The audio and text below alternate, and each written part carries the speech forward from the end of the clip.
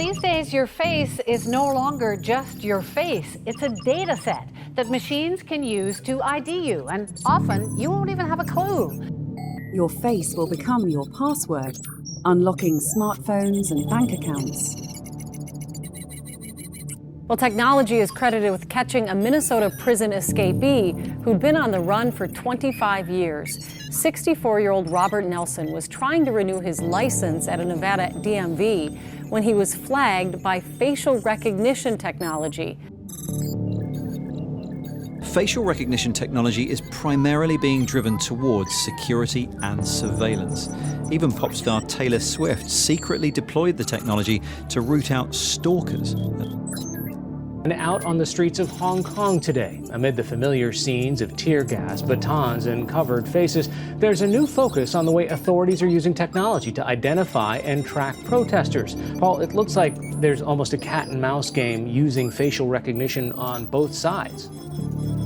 It concerns me that we're becoming normalized to being surveilled and also traumatized. Coming up on Football Today, what happens when facial recognition comes to football?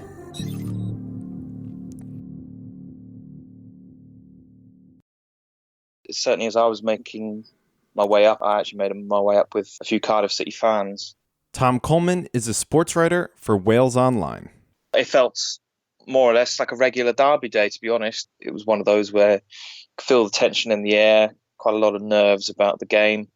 The issue of facial recognition, which had kind of boiled under the surface, I guess, in plenty of the build-up. There wasn't really an awful lot of that, to be honest. It wasn't mentioned all too much. So, I mean, the atmosphere really was more kind of focused on the football and the game.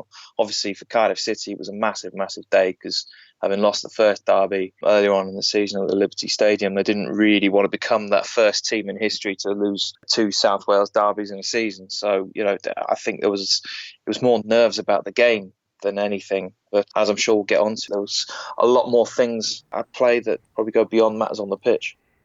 Yeah, well, the derby was the main attraction, but certainly a little side attraction was a protest about facial recognition at the game. Did you see any of the fans that were protesting or possibly what they were wearing? I only saw a little bit of it, to be honest, because I was there to cover the game and cover what was going on the pitch. But, you know, I saw there was a handful of fans outside wearing masks and unfurling a banner, which they'd actually unfurled during the game at the Liberty Stadium, which simply read no to facial recognition. I understand the protest had something to do with a group called Big Brother Watch, which essentially addresses potential threats to civil liberties that the police or other authorities may have on citizens. And, you know, I think they had some involvement with it too. Cardiff City Supporters Club was certainly vocal in their opposition to it in the build-up to the game. So I think they were involved as well. But I think the most visible and perhaps the most striking part of that protest was actually during the game. Because I don't know if you've been to the Cardiff City Stadium, but Canton End is sort of the noisier end where many of the more passionate fans congregate. And at the very, very top of the Canton End, that same banner was placed up there and left there for the whole game. So I think in many ways, in front of a televised audience that was going around the world, really, I think that was kind of the aim, to get that message across, because I don't know just how concerned fans are about it, if I'm honest. It's not a topic that's come up too much in conversation amongst Cardiff City fans, but nevertheless it is a concern, and I think it is a big talking point, not just about football, but about the way we police society and keep society safe, I guess.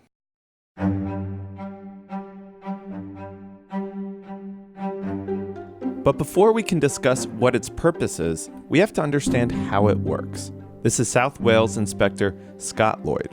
It's the ability to have CCTV cameras, for example, attached to a vehicle, which will be attached to a laptop via wires. So it's a non-integrated system. It'll take that CCTV feed, it'll take out the faces within that CCTV feed, and then compare them against a repository of images.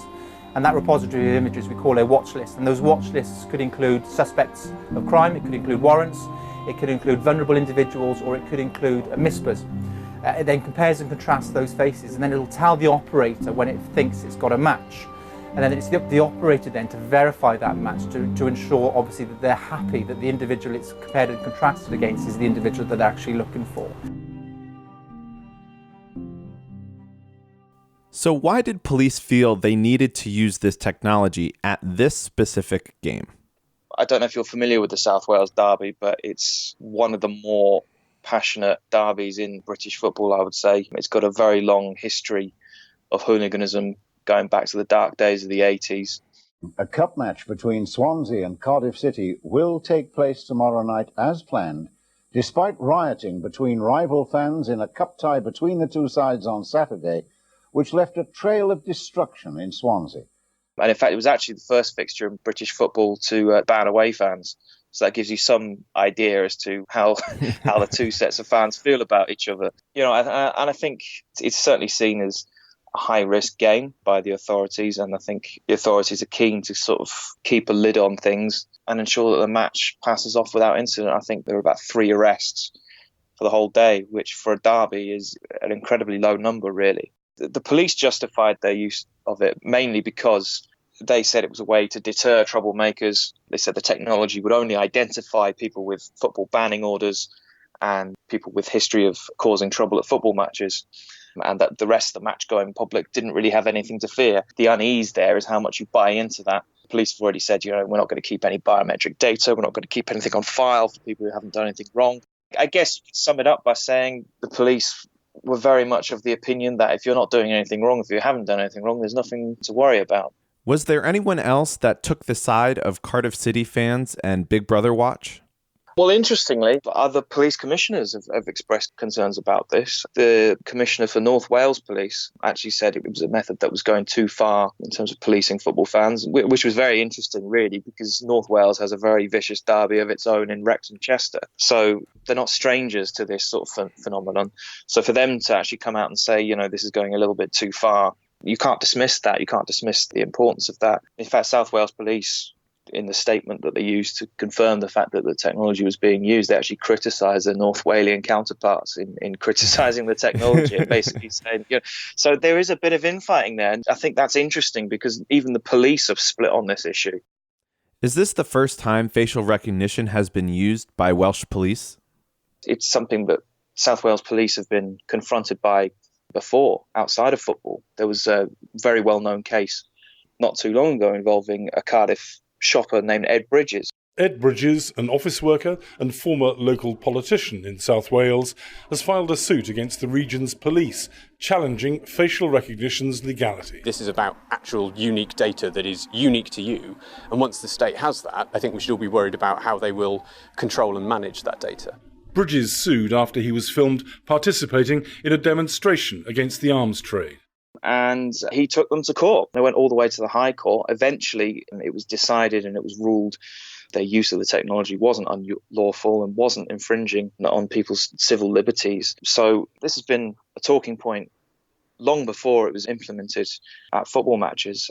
But South Wales Police really are kind of leading the way on this issue, and I wouldn't be surprised if there's other police forces up and down the country and perhaps even further afield who are perhaps looking at this and keeping an eye on what's going on and keeping an eye on the successes of it. A lot of people feel like they don't know enough about it. They don't know if what people are doing with the information. They don't know what people are doing with the data. There's also concerns as to whether it even works. Facial recognition is biased against people of color, and it's often inaccurate.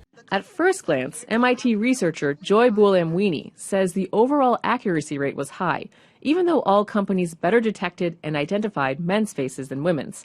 But the error rate grew as she dug deeper. Lighter male faces were the easiest to guess the gender on, and darker female faces were the hardest. One system couldn't even detect if she had a face, and the others misidentified her gender.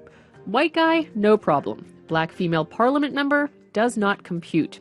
The accuracy rate in identifying light-skinned men's faces was 99%, but for darker-skinned women, IBM's system got it right only 65% of the time.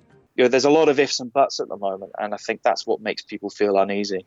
Well, you mentioned that it's happened outside of football, but it's even actually happened inside of football in Wales, specifically in the 2017 Champions League final. The police used it kind of for the first time. South Wales Police are conducting a face recognition trial that could scan every one of the 170,000 visitors expected to show up in the city for the match, whether or not they're heading to the stadium or not. What happened when they used it then? I think from a fan's point of view, I'm not sure just how much it was talked about.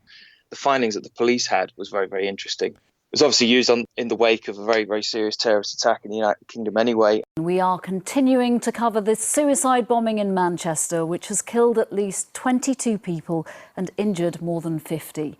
And so I think, tightening up of security measures was, in a weird kind of way, going to be welcomed. But I think the interesting thing about it was that the police themselves have said, have sort of placed question marks as to whether this technology actually works. They even revealed that over 2,000 people in Cardiff on that day had been wrongly identified by the technology. And I think when you're using that sort of technology to sort of fight crime, I think that kind of unsettles people a little bit. And I think that kind of feeds into the anxiety that's expressed by groups like Big Brother Watch, and of course, as we saw more recently at the South Wales Derby, Cardiff City Supporters Club.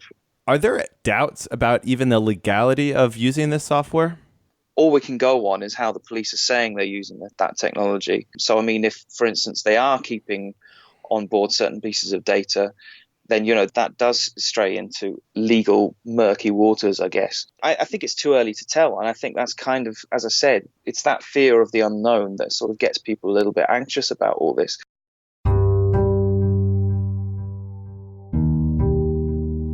We live in a data age, don't we? And I think we've already seen numerous examples of people's data being misused and abused and, sold off behind their backs and things like that.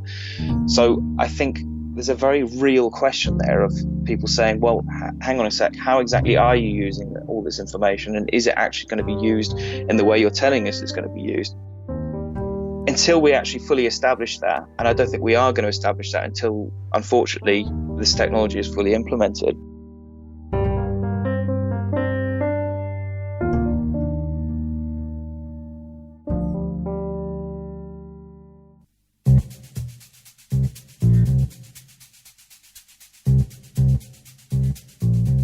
In recent years, facial recognition has been trialed by football clubs in Uruguay, Denmark, and the Netherlands, and now it looks like it may be coming to Germany.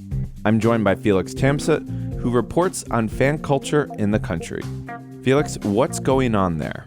So basically, according to reports in Germany, the German Interior Ministry is about to give police the option of installing facial recognition system in 135 train stations and 14 airports. According to Der Spiegel, who made that report, they say it's for the purpose of, and I quote, to prevent football fans or jihadists from traveling. Facial recognition has been discussed before. That's not the first time. Also in footballing context, about a year ago, there were discussions that the police in the state of Lower Saxony would trial the installation of facial recognition methods to VfL Wolfsburg Stadium. There was lots of outcry back then, there were lots of protests against it, but that's hardly the first time it's being discussed, and it's certainly something that makes the headlines here in Germany as well. It feels like in Germany, maybe more than anywhere else, this could be a really hot-button issue because of its politically and socially active fan groups. What do you think? Yeah, that's true. Fan groups here are more aware when it comes to issues of, civil rights, sometimes human rights, one could argue. But it's not just that. I mean, Germans as a whole, the mainstream here is much more, let's call it suspicious towards such things because they have a history of state surveillance. Germany is not a country that spies on its citizens. Germany is a country of freedom. My duty is to make sure that German citizens know that German law applies on German soil. And this is true for all those who stay here. If be it in World War II, when the Nazis were in control of Germany, be it with the DDR, the former GDR, the east of Germany, they have a history of state surveillance. So that's one of the reasons why Germans are very suspicious when it comes to new technological advances. For instance, when it comes to Germans are known to pay cash. To this day, it's probably the most advanced country that still uses cash as one of its main means of payment, like cashless payments. Even paying by card is sometimes not possible here in Germany in 2020. Nearby countries like the Netherlands and Sweden are edging ever closer to becoming cashless societies. But in Germany, 3/4 of all transactions are still made using notes and coins. So that just goes to show the level of sensitivity that people here have to surveillance issues. And of course, it also affects fan groups and ultra groups. Obviously, they come into contact with police way more often than the average person because in every single match day, there's increased police presence. It's just how it is in Germany. And yeah, that's why most, if not all, fan groups would say something against it, I would assume. Have you spoken about this issue with any fans there? Not after this particular report by the Spiegel, but it's, as I said, it's always been a topic, like especially in the last year and a half or so. I've been following it closely as a journalist, and yeah, people here are hardly pleased when it comes to every single aspect that includes more state surveillance, more options for more tools for police to sort of keep track of people. And football fans, and actually I think I can say that also the mainstream person in Germany, not only football fans, many people here are not pleased by the fact that police gets more and more tools of basically keeping track and identifying people, especially when it comes to people that did not commit any crime. I mean, I'm going to a football game, I'm traveling with my fan group, I didn't do anything wrong, the police doesn't have any reason to assume I did anything wrong, and I think that's mostly the core issue here. Instead of the assumption of innocence, every single person is being assumed as a potential criminal.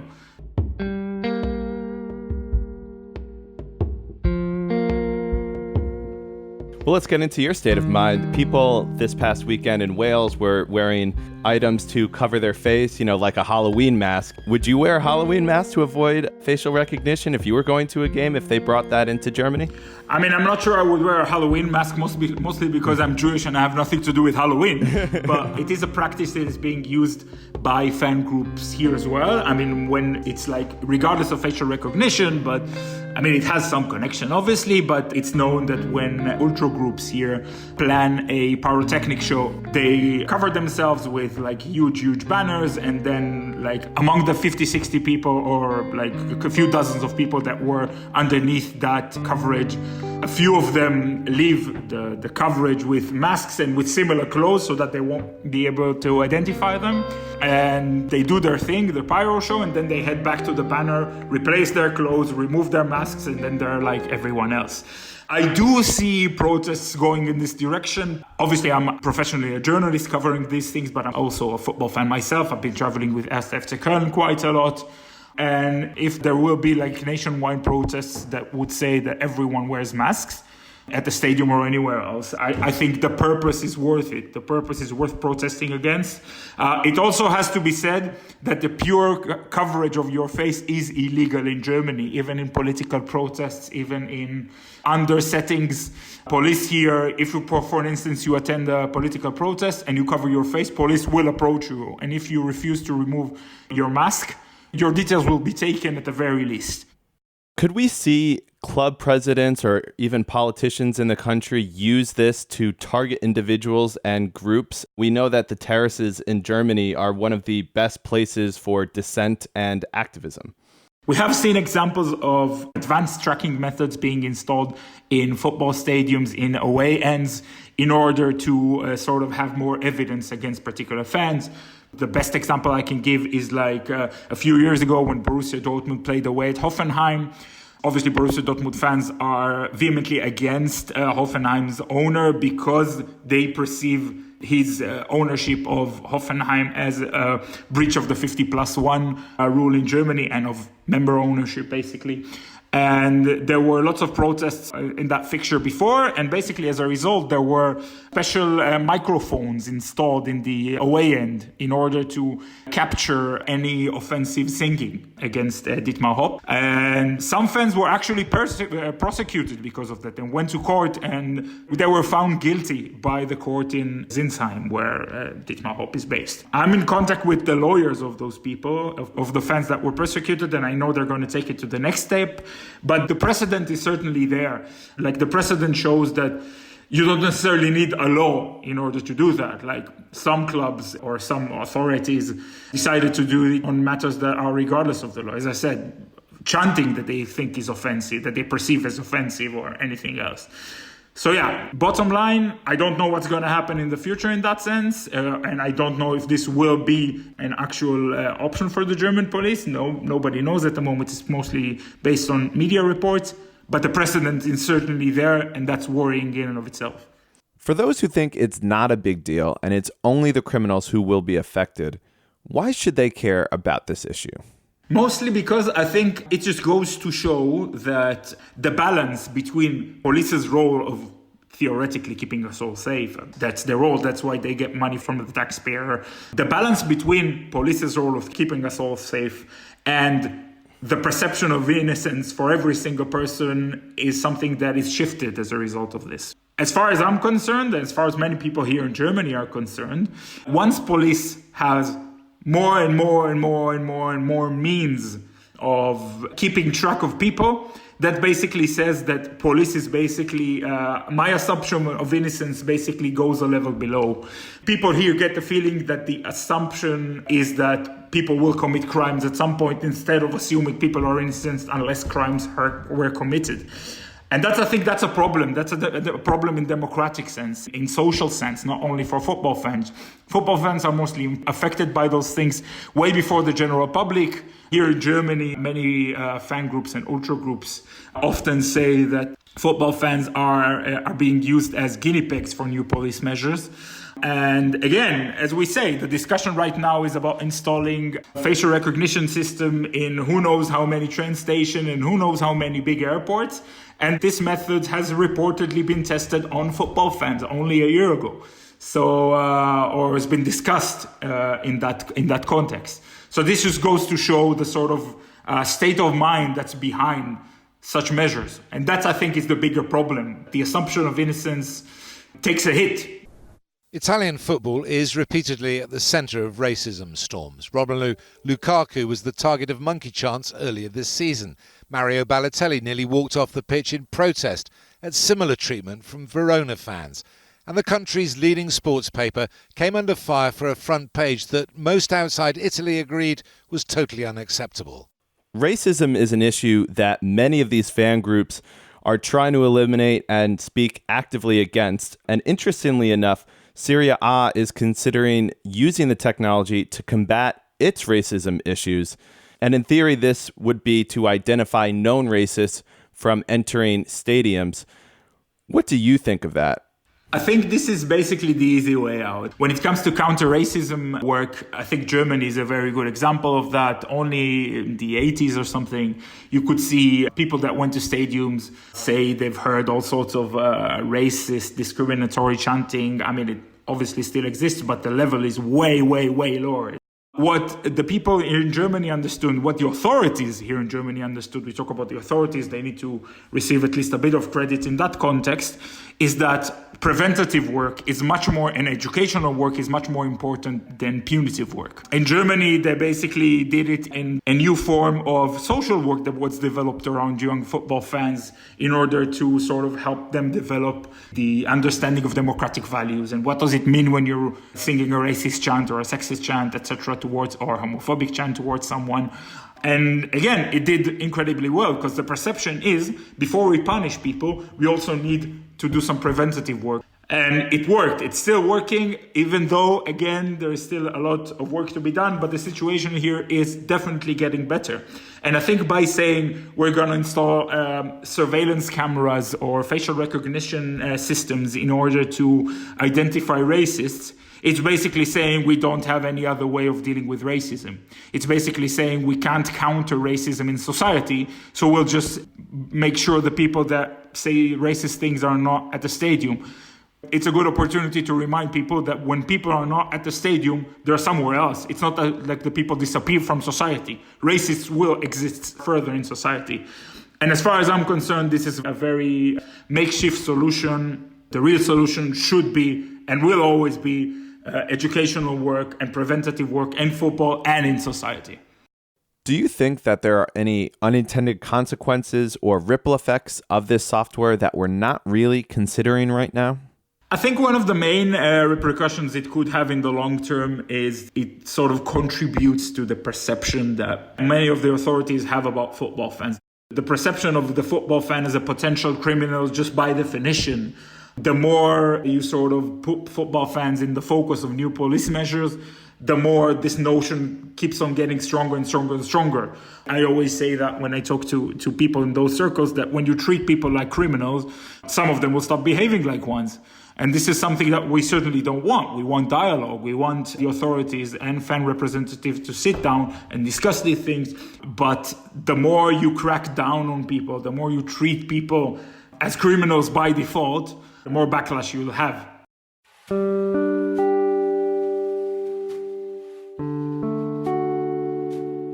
It just feels like one of those things that's almost inevitable with modern society and technology.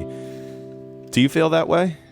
I think the notion that such measures that we all know that counterterrorism unit in the authorities' counterterrorism units have sort of make their way into civil society is a worrying development. I don't think that technological advances should by definition mean more surveillance. I think, technological advances should be served for the purpose of keeping us all safe, all well and good. When it comes to countering terrorism, I think every single one of us agrees that, the sort of intelligence entities would have such measures. That's something that I don't think any of us even questions at this point. But at the same time, it is a worrying development that such measurements make their way into the average police force and basically into being used on aspects of civil society. And we must remind ourselves that football fans and football support and organized fan groups are part of civil society. They're law-abiding citizens for the most part. They're paying their taxes, and they deserve to be treated as innocent unless proven otherwise. Felix Tamsut covers football fan culture in Germany, and Tom Coleman is a sports writer for Wales Online. The show is produced by John McKenzie. I'm Josh Schneider-Weiler, and this was Football Today. And if you enjoyed the show, please rate and review us on iTunes and share it with a friend. Thanks for listening, and see you next time.